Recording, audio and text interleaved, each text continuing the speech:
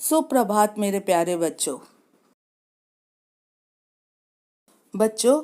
आज हिंदी लैंग्वेज में भाषा पाठ से पुनरावृत्ति करने जा रहे हैं, जो इस प्रकार है। बच्चों, सबसे पहले यह जानते हैं कि भाषा किसे कहते हैं। भाषा वह साधन है जिसके द्वारा मनुष्य अपने विचार दूसरों के सामने प्रकट करता है और दूसरों के भाव एवं विचार ग्रहण करता है, अर्थात समझता है।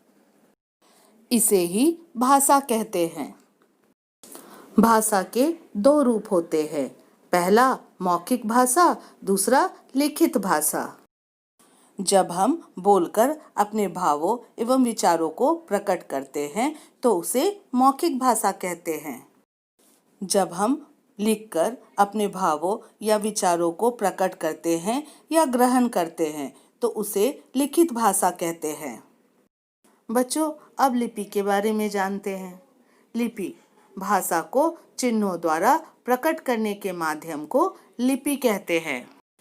लिपि के द्वारा ही हम अपनी भाषा को लिखित रूप में लिखकर भावों एवं विचारों को प्रकट करते हैं। हम यह भी कह सकते हैं कि किसी भी भाषा को लिखने के लिए प्रयोग किए जाने वाले चिन्हों को लिपि कहते हैं। बच्चों, हिंदी भाषा की लिपि देवनागरी है। पहला कार्य, दिए गए चित्रों को देखकर उनकी बोली लिखें। बच्चों, इस चित्र को देखें। इस चित्र में कौन सा पक्षी बैठा है? जी हाँ, तोता। तोता की बोली क्या होती है? तोता की बोली होती है टें टें। बच्चों, इस चित्र को देखिए। यह चित्र बिल्ली की है। बिल्ली की बोली है म्याऊं म्याऊं।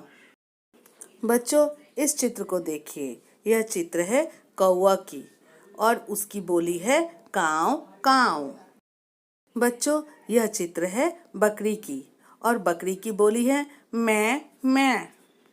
बच्चों, यह चित्र है कुत्ता की और कुत्ता की बोली है भौं भौं। दूसरा कार्य, खाली जगहों को भरें। पहला, भाषा के डैश रूप होते हैं। दो रूप होते हैं।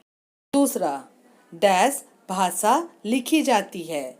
लिखित भाषा लिखी जाती है। तीसरा, मौखिक भाषा डैश जाती है, बोली जाती है। चौथा, डैश विचारों का लेना देना है। भाषा विचारों का लेना देना है। पांचवा, डैश भारत की राष्ट्रभाषा है। हिंदी भारत की राष्ट्रभाषा है। तीसरा कार्य, मिलान करें। शेर दहाड़ना, घोड़ा हिनहिनाना, गधा रेंकना, मेढक टर्राना, गाय रंभाना, कोयल कूकना। बच्चों, पाठ भाषा से पुनरावृत्ति समाप्त हुआ। धन्यवाद।